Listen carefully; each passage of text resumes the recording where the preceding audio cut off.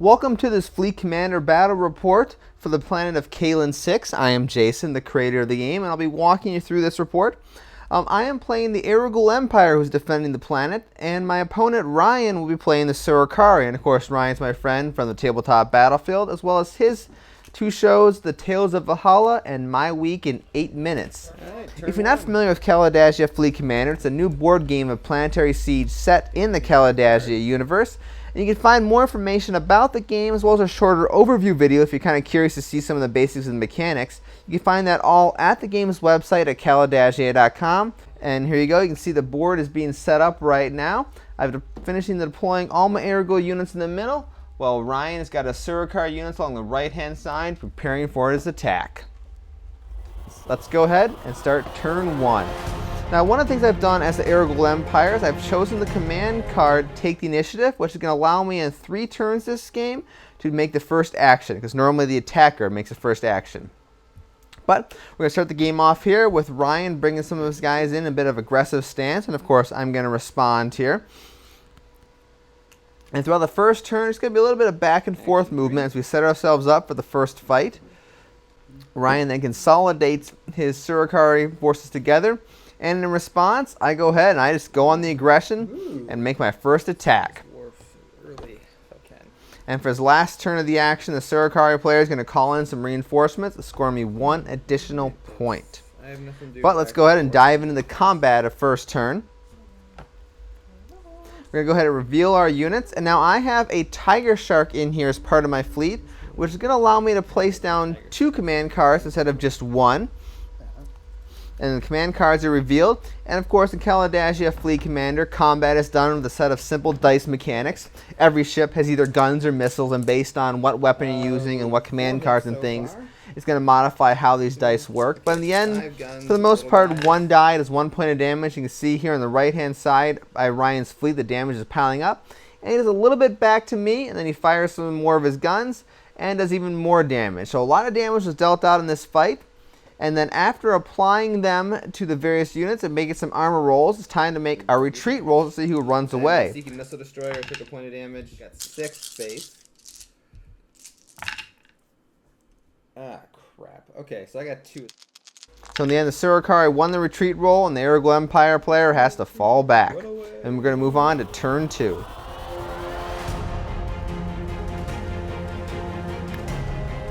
In turn 2, Ryan continues his aggression, bringing in some of his units to the lower right-hand corner.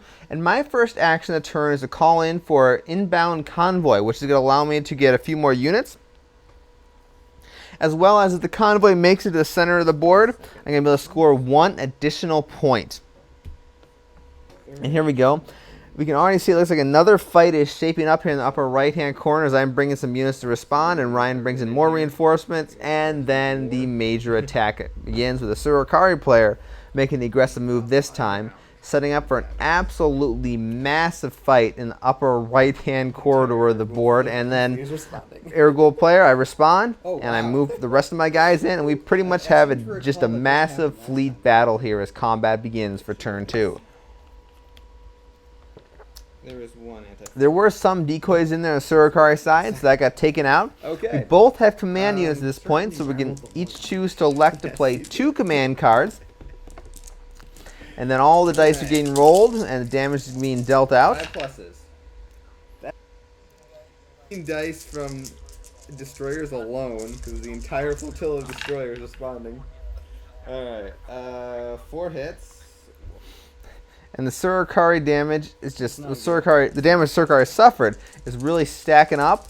But they're going to be able to fire back and do a little bit more damage to me. But in the end, it's definitely going to be on the losing side of the Surikari. And the armor rolls don't go particularly well for them, and a lot of their units are destroyed. And in the end, they're going to be the ones who lose the retreat roll and have to back off this time. But at the same time here now, as turn 3 begins, my Aragul fleet is pretty much locked in one spot, and it's going to be kind of easy for the Surikari to maneuver around. So the first thing I do is I actually take the first action for the turn, and I spend some guys and have them fall back to the center planet to defend a little bit. And more reinforcements are brought in by the Surikari player. Score me 1 more point. Because every time the Surikari bring in a reinforcement, it's going to score me a point. Okay. And it looks like we've already got 1 more fight shaping up in the lower right-hand corridor of the board. And I'm going to go ahead and respond and move some of my units in to engage the new threat that's approaching. Now, the problem is the fleet that was defeated last turn is still there. And even though with his next action, Ryan removes his retreat token, he could potentially, with his final action, move his guys down the lower right-hand corridor of the board and actually basically start the fight. But I preempt him and charge in, being able to pin them in place while we fight these 2 combats. The problem here, though, is difficulty for the Irregular Empire. Is a relatively equal fight up there, which is something as a defender you generally don't want to do because it's very risky. And it doesn't really pay off in the end. I actually take a lot of damage in this fight, probably a lot more than I dish out. So even though I do destroy his 2 units that are damaged, I end up losing 3 units, and 1 gets heavily damaged and is basically just forced to retreat. I am like, screw you guys. So it's really tough to say if that was actually a good move and if it was really worth the sacrifice. To be honest with you, I don't know. Because had those units been involved in the battle in the lower right-hand corridor, things would have definitely gone differently. 1, 2, 3, 4, and 5. So 12 guns coming back at me. And now the fight is going on down here. Damage pile over here. And that is one heck of a roll there with a lot of 6s and 4s. So definitely some damage being inflicted on my Irregular Empire ships. Probably the big takeaway from this fight, though, is my battlecruiser is almost destroyed. You can see I'm actually going to make my defense roll right here. I have 6 defense dice. I've taken 4 damage, which is how much I need to destroy. I only roll 1, 5, or 6. So literally 3 of the points of the damage are applied to the battlecruiser, and it's almost dead. Which is really a bad thing to have happen to you at this point. But turn 4 begins. And with a score of 10, and also now that my transport convoy is ready to come in, I can potentially win this game if I do things right. So first action, convoy's starting to come in. For this section. And very quickly, Ryan just moves his guys back into where I just drove him back from. And his goal is pretty much to pin my fleet down and hopefully destroy it. However, I have mathematically, when we figure this out here, at the end of the turn, as long as I do not retreat, keyword there, do not retreat, I will win this game. Because I'll score 1 point for being the defender and 1 point for the convoy, and possibly 1 point if I go ahead and drive him back.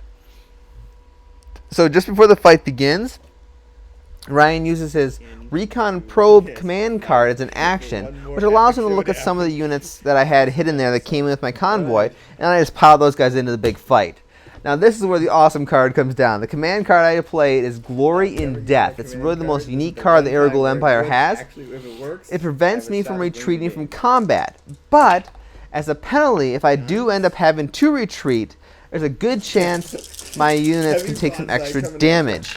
And now guns and missiles are going back and forth, and a lot of damage being dealt out as literally the entire, pretty much the entire, almost the entire amount of our fleets is battling each other out here, literally for the fate of the game. Because like I said, if I don't retreat, I win this game. Damage goes ahead and gets dealt out. Green. And we're going to start making our armor rolls here. Red. I have some reds that haven't been hit yet. One cruiser, but I have a yellow unit who's taking the hits instead. And we're literally inflicting so much damage here, we actually ran out of damage tokens. You can see one of those guys has a little time token on it that we're using as a damage token because there's so much damage inflicted in the hits. Nope, he's out. And it's time to start making our retreat rolls after we've lost a few ships. This is obviously very critical here. This is Irregular Empire making most of my retreat dice here.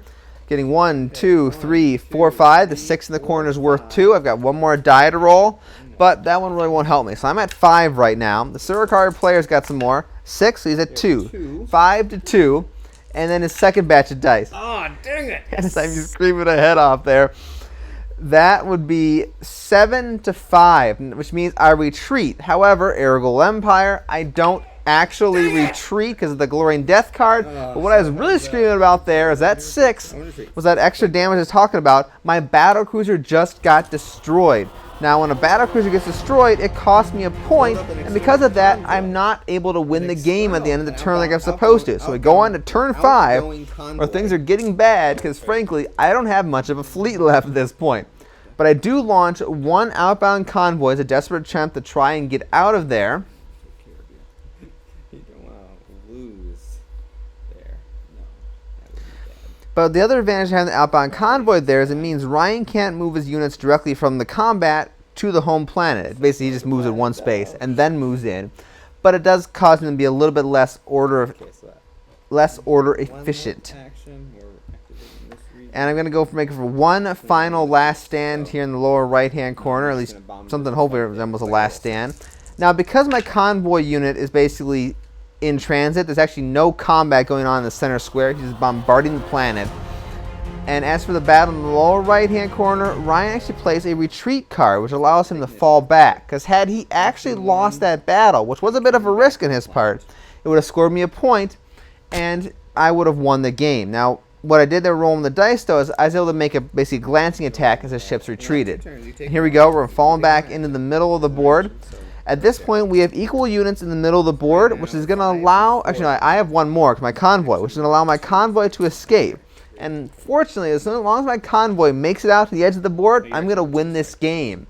And because of how the order is and positioning worked out, Ryan can't stop that. My convoy is out to the edge of the board. Even though I don't have much of a fleet yet, that's going to score me the points. I need to win the game. And the Airgul Relief Force is going to arrive. 3 saves. And pretty much as expected, what was left of my fleet literally melted away. Surikari pretty much owned the Kaylynn Six at this time. But because of the fact I just made out enough points, I hit 12 points. Actually, I think I had 13 total. No, 12 because I lost a point for bombarding the planet. And that is enough to win the game. And the Airgul Empire Relief Force is going to arrive here. But frankly, there really isn't going to be much left. This is actually strategically like a real battle, real warfare. It'd be pretty much a pathetic victory. But in the end, it is technically a victory, and the Airgul Empire is successfully able to defend Kaylynn Six. So thank you for watching this first battle report of Kalidasia Fleet Commander. If you want to learn more about the game or you want to pick up a copy, you can head over to the game's website at kalidasia.com. You can find everything you want to know there. Once again, I'm Jason. Thanks for watching.